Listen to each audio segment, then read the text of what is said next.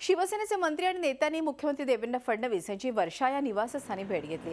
शिवसेनेच्या आमदारांची कामं होत नसल्याची तक्रार घेऊन मुख्यमंत्र्यांची ही भेट झाली। रात्री उशिरापर्यंत याबाबत बैठकही झाली। कर्जमाफी या विषयावर शिवसेना आणि भाजप यांच्यातील फ्लोअर मॅनेजमेंट सुधारण्यासाठीही मुख्यमंत्र्यांनी शिवसेनेच्या नेत्यांशी चर्चा केली। शिवसेना आणि भाजप आमदारांमध्ये वेगवेगळ्या डिपार्टमेंटमध्ये जो कामांसाठी निधी वाटप होता त्यात सेना आमदारांवर अन्याय होतो अशी आमदारांची तक्रार होती। येत्या 18 तारखेला बजेट आहे आणि त्यात ही कामं झाली नाही तर भ्रमनिरास होईल अशी आमदारांना भीती आहे। म्हणूनच ही भेट घेण्यासाठी आम्ही आलो अशी प्रतिक्रिया शिवसेनेचे राज्यमंत्री विजय शिवतारे यांनी दिली आहे। डिपार्टमेंटचे जे पैसे निधी वाटप होतो त्याच्यामध्ये थोडासा अन्याय होतो अशा प्रकारची त्यांची मानसिकता होती, तक्रार होती।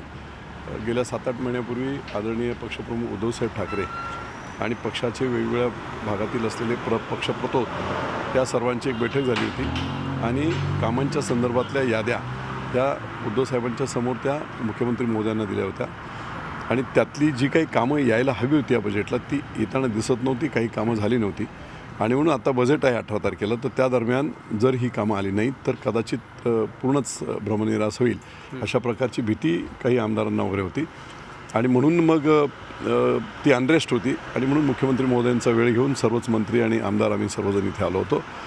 मुख्यमंत्री महोदयांनी सांगितलं की याच्यावर त्या ज्या लिस्ट होत्या, याद्या होत्या, त्याच्यावर त्यांनी विशेष एक अधिकारी नेमून त्या संदर्भातली संपूर्ण माहिती वेगवेगळ्या हेडखाली कसं जाईल त्याचं त्यांनी मार्गदर्शन त्यांना केलेलं आहे। झी 24 तास रहा एक पाऊल पुढे।